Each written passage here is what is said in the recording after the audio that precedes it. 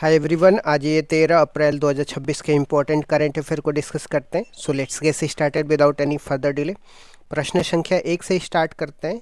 Iraq का नया राष्ट्रपति किसे नियुक्त किया गया है? तो निजार अमेदी को इराक का नया राष्ट्रपति नियुक्त किया गया है।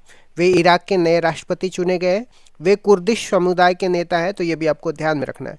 इराक की राजधानी बगदाद है और इराक से ही दो नदियां बहती हैं जिसको टिग्रिस और यूफ्रेटिस बोलते हैं, और हिंदी में इसको दजला फरात नदी बोलती हैं, जहाँ पे मेसोपोटामिया की सभ्यता विकसित हुई थी। हाल ही में जिबूती के नए राष्ट्रपति इस्माइल उमर 6वीं बार चुनाव जीते हैं, तो ये भी आपको ध्यान में रखना है।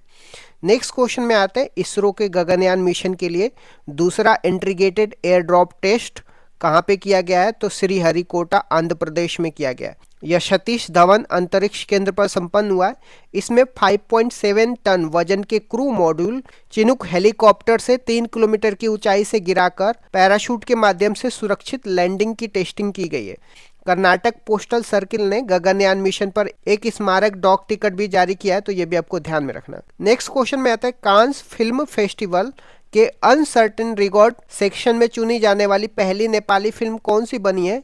तो इसका नाम एलिफेंट इन द फॉग है। यह इस सिलेक्शन में सेलेक्ट होने वाली पहली नेपाली फिल्म है। इसके निर्देशक की बात करते हैं तो अविनाश विक्रम शाह हैं, और फिल्म के विषय की बात करते हैं तो हाथियों का मानव बस्ती पर हमला है। नेपाली भाषा की बात करते हैं तो इसको भारतीय संविधान में 8 शेड्यूल में 71st कॉन्स्टिट्यूशन अमेंडमेंट करके 1992 के तहत इसको जोड़ा गया था। नेक्स्ट क्वेश्चन में आते हैं। भारतीय सेना ने ब्रह्मास्त्र अभ्यास का आयोजन कहाँ पे किया है? तो जैसलमेर राजस्थान के पोखरण में किया है। इसमें अपाचे अटैक हेलीकॉप्टर की मारक क्षमता का प्रदर्शन किया गया है, जिसे हवा में उड़ता हुआ टैंक कहा जाता है। पोखरण में ही भारत ने 1974 में स्माइलिंग बुद्धा, 1998 में ऑपरेशन शक्ति में परमाणु परीक्षण किए, तो ये भी आपको ध्यान में रखना है। नेक्स्ट क्वेश्चन में आते हैं। ISO 15189 2022 मान्यता हासिल करने वाला पहला आयुर्वेदिक संस्थान कौन सा है? इसका आंसर CARI बेंगलुरु होगा। इसे जैव रसायन, जिसको बायोकेमिस्ट्री बोलते हैं, रुधिर विज्ञान, जिसको हेमाटोलॉजी बोलते हैं, इसमें वैश्विक मान्यता मिली है। यह देश का पहला ऐसा आयुर्वेद अनुसंधान संस्थान बन गया है। भारत में अब 23 सितंबर की तारीख को आयुर्वेद दिवस के रूप में भी फिक्स कर दिया गया है, तो ये भी आपको ध्यान में रखना है। नेक्स्ट क्वेश्चन में आते हैं। भारत के पहले global wild life institute Vantara university की आधारशिला कहाँ पे रखी गई है? तो जामनगर गुजरात में रखी गई है। यह रिलायंस के अनंत अंबानी का विजन है। यहाँ वन्य जीव चिकित्सा व संरक्षण में स्नातक और स्नातकोत्तर डिग्रियां दी जाएगी। हाल ही में अडानी ग्रुप का मुंद्रा पोर्ट भारत का सबसे बड़ा ऑटोमोबाइल एक्सपोर्ट हब बन गया है, तो ये भी आपको ध्यान में रखना है। नेक्स्ट क्वेश्चन में आते हैं। महात्मा ज्योतिबा फुले की 200वीं जयंती का उत्सव कहाँ पे शुरू हुआ है? यह राष्ट्रीय स्तर पर शुरू हुआ है, जिसका आयोजन समिति के अध्यक्ष प्रधानमंत्री है। महात्मा ज्योतिबा फुले की बात करते हैं तो उनका जन्म 11 अप्रैल 1827 को सतारा महाराष्ट्र में हुआ था। उन्होंने 1873 में सत्यशोधक समाज की स्थापना की, और उनकी प्रसिद्ध पुस्तक का नाम गुलामगिरी है, तो ये भी आपको ध्यान में रखना है। उन्हें महात्मा की उपाधि विट्ठल राव कृष्ण जी ने दी थी, तो ये भी आपको ध्यान में रखना है। नेक्स्ट क्वेश्चन में आता है। हाल ही में किस प्रसिद्ध पार्श्व गायिका का निधन हो गया? तो आशा भोसले का निधन हो गया। उनका निधन 92 वर्ष की आयु में मुंबई में हुआ है। उनके नाम 20 भाषाओं में 12,000 से अधिक गाने रिकॉर्ड करने का विश्व रिकॉर्ड है। उन्हें 2008 में पद्म विभूषण से सम्मानित किया गया था। साथ ही लद्दाख के शेर कहे जाने वाले कर्नल सोनम वांगचुक, जिनको महावीर चक्र विजेता थे, इनका भी निधन हो गया, तो ये भी आपको ध्यान में रखना है।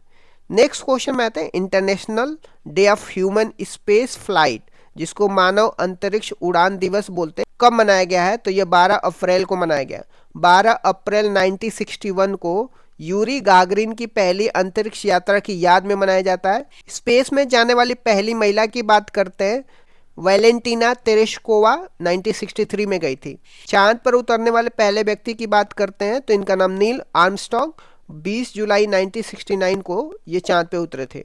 नेक्स्ट क्वेश्चन में आते हैं। T20 की एक पारी में 9 विकेट लेने वाली दुनिया की पहली महिला खिलाड़ी कौन बन गई हैं? तो ब्राजील की लारा कार्डोसा बन गई हैं। उन्होंने लेसोतो के खिलाफ मात्र 4 रन देकर के 9 विकेट लिए, जो T20 क्रिकेट का नया विश्व रिकॉर्ड है।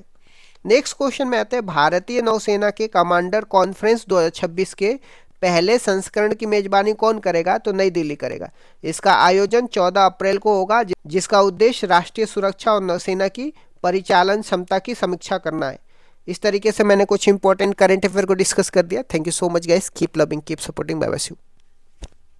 पंचवर्षीय योजना के बारे में मैंने डिस्कस तो किया है, बट एक बार फिर से मैं पंचवर्षीय योजना के बारे में रिवीजन करा देता हूँ। पहली पंचवर्षीय योजना 1951 से 56 तक थी।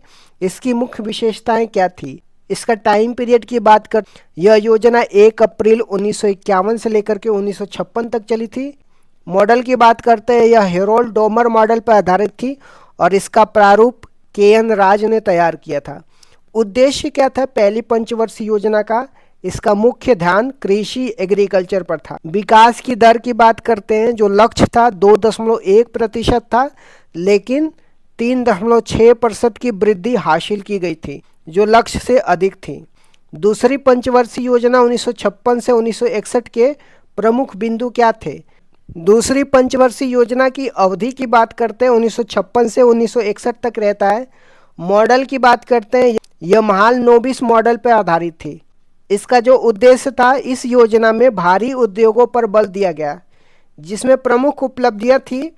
इसी योजना के दौरान भिलाई छत्तीसगढ़, राउरकेला उड़ीसा, दुर्गापुर पश्चिम बंगाल में आयरन स्टील प्लांट स्थापित किए गए। विकास की दर की बात करते हैं, लक्ष्य 4.5% का था और प्राप्ति 4.27% थी।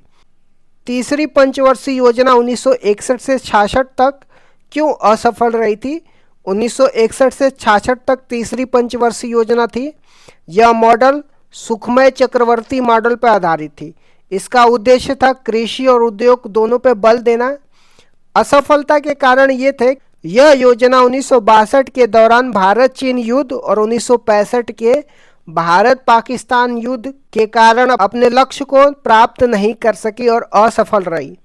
अन्य घटना की बात करते हैं तीसरी पंचवर्षीय योजना में, इसी दौरान जय जवान जय किसान का नारा दिया गया था और 1965 में भारतीय खाद्य निगम, जिसको फूड कॉरपोरेशन ऑफ इंडिया की इस्टेब्लिशमेंट की बात करते हैं, तो तीसरी पंचवर्षीय योजना में एफसीआई का इस्टेब्लिशमेंट होता है। नेक्स्ट देख लेते हैं योजना अवकाश की। योजना अवकाश, जिसको प्लान हॉलीडेज बोलते हैं, ये क्या था और यह कब हुआ था? तीसरी पंचवर्षीय योजना की असफलता के बाद 1966 से लेकर के 1969 तक 3 वर्षों के लिए कोई पंचवर्षीय योजना नहीं बनाई गई। इसे योजना अवकाश कहा जाता है। इसी दौरान एक एक वर्ष की योजना शुरू की गई थी। खाद्यान्न में आत्मनिर्भरता के लिए हरित क्रांति, जिसको ग्रीन रेवोल्यूशन की शुरुआत की गई थी। चौथी पंचवर्षीय योजना 1969 से 1974 की मुख्य बातें क्या थी? तो इसका टाइम पीरियड की बात करते हैं, 1969 से लेकर के 1974 तक थी। यह मॉडल अशोक रुद्र मॉडल पर आधारित थी और इसका प्रारूप डी.आर. गॉडगिल ने तैयार किया था। उद्देश्य की बात करते हैं, इसका लक्ष्य स्थिरता के साथ आर्थिक विकास करना, डेवलपमेंट विथ स्टेबिलिटी था। प्रमुख घटनाएं की बात करते हैं, तो चौथी पंचवर्षीय योजना में 1969 में 14 बैंकों का राष्ट्रीयकरण किया गया था। ये पहली बात हो गई। इसके बाद 1971 में भारत पाकिस्तान का युद्ध हुआ और 1974 में पहला परमाणु परीक्षण ऑपरेशन स्माइलिंग बुद्धा पोखरण में किया गया था। पांचवी पंचवर्षीय योजना 1974 से 1978 क्यों अद्वितीय थी? यह भारत का एकमात्र ऐसी योजना है जो अपने निर्धारित समय 5 वर्ष से पहले केवल 4 वर्षों में ही समाप्त हो गई। 1974 से लेकर 1978 तक ही रही थी। यह डीपी दर मॉडल पर आधारित थी और इसका मुख्य लक्ष्य गरीबी उन्मूलन था। रोलिंग प्लान 1978 से 1980 तक क्या था? 1978 में सरकार बदलने के बाद मोरारजी देसाई की जनता पार्टी सरकार ने पंचवर्षीय योजना को समाप्त कर रोलिंग प्लान शुरू किया था। विश्व में इसके जनक डॉक्टर गुरनार मिर्डर थे। उनकी पुस्तक एशियन ड्रामा में इसका उल्लेख है और भारत में इसे लक्कड़वाला ने लागू किया था। छठवीं पंचवर्षीय योजना 1980 से 1985 के दौरान क्या महत्वपूर्ण घटनाएं हुई थी? यह मॉडल आगात निर्गत मॉडल पर आधारित था, जिसको इनपुट आउटपुट मॉडल बोला जाता है। इसका उद्देश्य रोजगार सृजन और गरीबी उन्मूलन था। प्रमुख घटनाएं की बात करते हैं तो छठवीं पंचवर्षीय योजना में नाबार्ड की एस्टेब्लिशमेंट किया जाता है 1982 में। 6 और बैंकों का राष्ट्रीयकरण किया जाता है 1980 में। ऑपरेशन ब्लू स्टार और ऑपरेशन मेघदूत 1984 में चलाया जाता है। ऑपरेशन मेघदूत सियाचिन पर कब्जा करने के लिए। 7वीं पंचवर्षीय योजना 1985 से लेकर के 1990 तक क्या नारा था? इस योजना का प्रसिद्ध नारा रोटी रोजी और उत्पादकता या भोजन काम और उत्पादकता था। इसी योजना के दौरान 1988 में सेबी की स्थापना होती है, जिसको security and exchange board of India बोलते हैं। एलपीजी सुधार कब और क्यों अपनाए गए थे? 1990 से 92 के योजना अवकाश के दौरान 1991 में भारत में विदेशी मुद्रा भंडार का संकट उत्पन्न हो गया था। उस समय प्रधानमंत्री पीवी नरसिम्हा राव और वित्त मंत्री डॉक्टर मनमोहन सिंह थे। इस संकट से निपटने के लिए 1991 में नई आर्थिक नीति अपनाई गई थी, जिसे एलपीजी सुधार कहा गया था। जो न्यू इकोनॉमी पॉलिसी अपनाई गई थी, जिसमें उदारीकरण, निजीकरण या वैश्वीकरण की बात की जाती है। 8वीं पंचवर्षीय योजना 1992 से 1997 का मुख्य फोकस क्या था? तो यह model John W Miller model पर आधारित थी। इसका मुख्य बल मानव संसाधन विकास था, जो 1990 में आए एचडीआई मानव विकास सूचांक की अवधारणा से प्रेरित था। अन्य घटनाएं की बात करते हैं 8वीं पंचवर्षीय योजना में। इसी दौरान 73वां और 74वां संविधान संशोधन हुआ, जो पंचायती राज और नगर निगम के लिए है।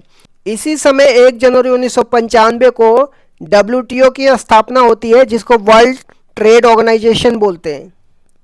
9वीं और 10वीं पंचवर्षीय योजना का मुख्य बातें क्या थी? 9वीं पंचवर्षीय योजना 1997 से 2002 तक होता है। इसका लक्ष्य सामाजिक न्याय और क्षमता के साथ आर्थिक विकास था। प्रधानमंत्री ग्राम सड़क योजना 25 दिसंबर 2000 को और कारगिल युद्ध 1999 में इसी दौरान हुआ था। 10वीं पंचवर्षीय योजना 2002 से 2007 तक थी। यह भी आगात निर्गात मॉडल पर आधारित थी। नरेगा अधिनियम 2005 में आया और 2 फरवरी 2006 को लागू हुआ था। 11वीं पंचवर्षीय योजना 2007 से लेकर 2012 की विकास दर की क्या विशेषता थी? इसका लक्ष्य तीव्र और समावेशी विकास, जिसको रैपिड एंड इंक्लूसिव डेवलपमेंट था। इसमें 8% की विकास दर हासिल की गई थी, जो सभी पंचवर्षीय योजनाओं में अब तक की सबसे ज़्यादा थी। शिक्षा का अधिकार राइट टू एजुकेशन एक्ट 2009 इसी दौरान आया था। 12वीं पंचवर्षीय योजना 2012 से 2017 का लक्ष्य क्या था? यह अंतिम पंचवर्षीय योजना था, जो 2012 से 2017 तक चला था। इसका लक्ष्य तीव्र, सतत और अधिक समावेशी विकास, जिसको rapid sustainable and inclusive development था। इसमें कृषि के लिए 4% और प्रजनन दर को 2.1%, जिसको प्रतिस्थापन दर बोलते हैं, पर लाने का लक्ष्य रखा गया था। भारतीय संविधान के प्रमुख संशोधन और उसके प्रावधान के बारे में देखने वाले हैं। पहला संविधान संशोधन कब हुआ था? 1951 में हुआ था। संविधान में 9वीं अनुसूची जोड़ी गई थी, जिसका संबंध भूमि सुधार से है। अनुच्छेद 15 क्लॉज 4 भी जोड़ा गया, जो सामाजिक और शैक्षिक रूप से पिछड़े वर्गों के लिए आरक्षण का प्रावधान करता है। 7वां संविधान संशोधन 1956 में राज्य पुनर्गठन से संबंधित है। यह प्रावधान किया गया कि 2 या 2 से अधिक राज्यों के लिए एक राज्यपाल हो सकता है। इस समय भारत में 14 राज्य और 6 केंद्र शासित प्रदेश थे। फजल अली कमीशन का गठन 1953 में इसी उद्देश्य से हुआ था। 15वां संविधान संशोधन 1963 में हुआ था। हाई कोर्ट के न्यायाधीशों की सेवानिवृत्ति की आयु 60 से बढ़ाकर के 62 कर दिया गया था। 21वां संविधान संशोधन 1967 में हुआ था। इस संविधान संशोधन से संविधान की 8वीं अनुसूची में 15वीं भाषा के रूप में सिंधी भाषा को जोड़ा गया और मूल संविधान में 14 भाषाएं थी, अब जाकर के 22 भाषाएं हैं। 24वां संविधान संशोधन 1971 में हुआ था। इंदिरा गांधी के कार्यकाल में संसद को संविधान संशोधन की असीमित शक्तियां प्रदान की गई थी। हालांकि इसके बाद केशवानंद भारती केस 1973 में सुप्रीम कोर्ट ने स्पष्ट किया कि संसद की यह शक्ति असीमित नहीं है, बल्कि सीमित है और इस संविधान के मूल ढांचा को नहीं बदल सकती है। 26वां संविधान संशोधन 1971 की बात करते हैं। राजाओं को दिए जाने वाला प्रीवी पर्स को समाप्त कर दिया गया, जो देशी रियासतों के एकीकरण के बदले में दी जाने वाली एक बड़ी राशि थी। 36वां संविधान संशोधन 1975 में सिक्किम को भारत का पूर्ण राज्य बनाया गया और ये भारत का 22वां राज्य सिक्किम बन के आया था।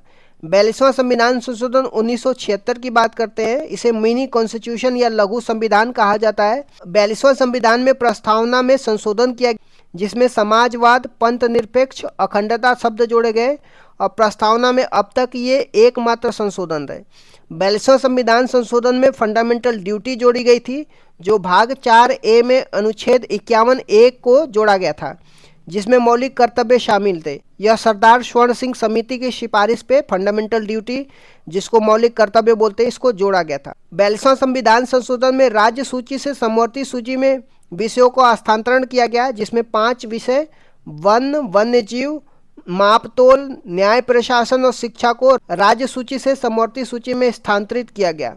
नए अनुच्छेद आर्टिकल 39A जो निःशुल्क कानूनी सहायता की बात करता है, आर्टिकल 48A जो पर्यावरण संरक्षण की बात किया जाता है, ये भी 42वां संविधान संशोधन में जोड़ा जाता है। 44वां संविधान संशोधन 1978 की बात करते हैं।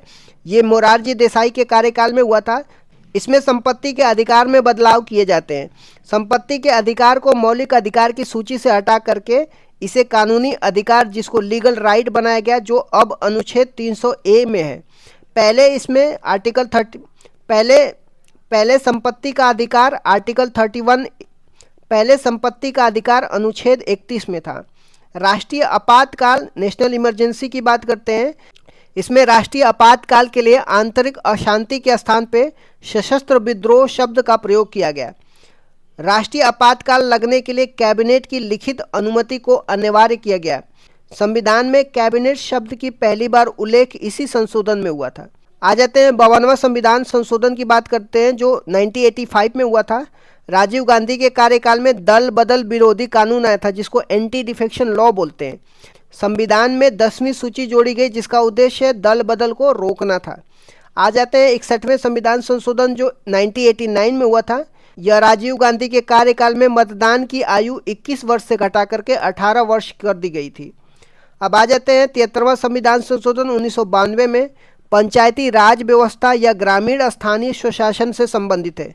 संविधान के भाग 9 और 11वीं अनुसूची जोड़ी गई, जो पंचायती राज से संबंधित है। भाग 9 में अनुच्छेद 243 से लेकर के 243O शामिल किया गया। 24 अप्रैल 1993 से इसको लागू किया गया। 74वां संविधान संशोधन 1992 की बात करते हैं। ये शहरी स्थानीय स्वशासन की बात करता है, जिसमें नगर पालिका नगर निकाय से संबंधित है। संविधान में भाग 9A और 12वीं अनुसूची जोड़ी गई। 12वीं अनुसूची में टोटल 18 विषय हैं। आ जाते हैं 86वें संविधान संशोधन 2002 की बात करते हैं। 6 से 14 वर्ष के बच्चों के लिए अनिवार्य और मुफ्त शिक्षा का प्रावधान किया गया। अनुच्छेद 21A जोड़ा गया, जिसके तहत शिक्षा का अधिकार एक मौलिक अधिकार बन गया। अनुच्छेद 51A क्लॉज के रूप में 11वां मौलिक कर्तव्य भी जोड़ा गया था। आ जाते हैं 89वां संविधान संशोधन 2003 की बात करते हैं। अनुच्छेद 338A को जोड़ा गया, जिसमें राष्ट्रीय अनुसूचित जनजाति आयोग, जिसको national commission for scheduled tribe का उल्लेख है। अनुच्छेद 338 में राष्ट्रीय अनुसूचित जाति का उल्लेख किया गया है। 91वां संविधान संशोधन 2003 की बात करते हैं। मंत्रिपरिषद के आकार को सीमित किया गया। इसके अनुसार कुल लोकसभा सदस्यों के 15% से अधिक मंत्री नहीं हो सकते। आ जाते हैं 92वां संविधान संशोधन 2003 की बात करते हैं। 8वीं अनुसूची में 4 भाषाएं जोड़ी जाती है, जो बोडो, डोंगरी, संथाली और मैथिली होती है। 97वां संविधान संशोधन 2011 में सहकारी समिति से संबंधित है। संविधान के भाग 9B अनुच्छेद 43B और अनुच्छेद 19 क्लॉज 1 क्लॉज C में सहकारी समिति शब्द जोड़ा गया। 99वां संविधान संशोधन 2014 की बात करते हैं। यह एक ऐसा संविधान संशोधन था जिसमें सुप्रीम कोर्ट ने असंवैधानिक करार दिया था। यह राष्ट्रीय न्यायिक नियुक्ति, जिसको नेशनल जुडिशरी अपॉइंटमेंट कमीशन के निर्माण की बात करता है, जिसका उद्देश्य कॉलेजियम पद्धति को बदलना था। आ जाते हैं 100वां संविधान संशोधन 2015 की बात करते हैं। भारत और बांग्लादेश के बीच में 3 बीघा कॉरिडोर जमीन के आदान प्रदान से संबंधित है। 101वां संविधान संशोधन 2016 की बात करते हैं। जिसमें जीएसटी, जिसको गुड्स एंड सर्विस टैक्स बोलते हैं, इससे संबंधित है। यह 1 जुलाई 2017 को लागू हुआ। विजय केलकर समिति के सिफारिश पर यह आया था। संविधान में अनुच्छेद 246 ए जीएसटी का उल्लेख है और अनुच्छेद 279 ए जो जीएसटी काउंसिल का उल्लेख, जिसका प्रमुख भारत के वित्त मंत्री होता है, ये सब जोड़ा गया। 102वां संविधान संशोधन 2018 की बात करते हैं। इसमें आर्टिकल 338 बी जोड़ा गया, जिसमें राष्ट्रीय पिछड़ा वर्ग आयोग की बात करता है। इसमें यह निर्धारित किया गया कि कौन सी जाति पिछड़ा वर्ग में आएगी और यह अधिकार केंद्र सरकार का होगा। आ जाते हैं 103वां संविधान संशोधन 2019 की, जो आर्थिक रूप से कमजोर वर्ग, जिसको इकोनॉमिकली वीकर सेक्शन बोलते हैं, 10% आरक्षण की बात किया जाता है। संविधान में अनुच्छेद 15 क्लॉज 6 संस्थाओं में प्रवेश के लिए आरक्षण और अनुच्छेद 16 क्लॉज 6 सरकारी नौकरियों में आरक्षण की बात किया जाता है। आ जाते हैं 104वां संविधान संशोधन 2019 की, जिसमें लोकसभा और विधानसभा में एंग्लो इंडियन के लिए आरक्षित सीटों को समाप्त कर दिया गया। अनुसूचित जाति, अनुसूचित जनजाति के लिए आरक्षण को 10 साल के लिए क्या कर दिया गया, बढ़ा दिया गया। आ जाते हैं 105वां संविधान संशोधन 2021 की। यह 102वें संविधान संशोधन में संशोधन करता है। यह राज्य सरकारों को यह अधिकार देता है कि वो अपनी स्वयं की राज्य सूची में शामिल की जाने वाली पिछड़े वर्गों की जातियों की पहचान कर सके, जो शक्ति 102वें संविधान संशोधन में केंद्र के पास दी गई थी। राष्ट्रपति ने 18 अगस्त 2021 को इस पर हस्ताक्षर कर दिया था। आ जाते हैं 106वां संविधान संशोधन 2023 की। इसे नारी शक्ति वंदनम अधिनियम के नाम से भी जाना जाता है। यह 128वां विधेयक था। इसका उद्देश्य लोकसभा और विधानसभा में महिलाओं को 33% आरक्षण प्रदान करना है। इसे अर्जुन मेघवाल ने पेश किया था और राष्ट्रपति ने इसे 28 सितंबर 2023 को सहमति दे दी थी। यह अगला परिसीमन 2026 के बाद लागू होने वाले चुनाव में लागू होगा। आ जाते हैं 129वां संविधान संशोधन विधेयक की। ये संविधान संशोधन विधेयक है जो प्रस्तावित किया गया है। भारत का नवीनतम विधेयक है। जो यह वन नेशन वन इलेक्शन की बात किया जाता है, जो एक राष्ट्र एक चुनाव से संबंधित है। यह रामनाथ कोविंद कमेटी की सिफारिश पर पेश किया गया था।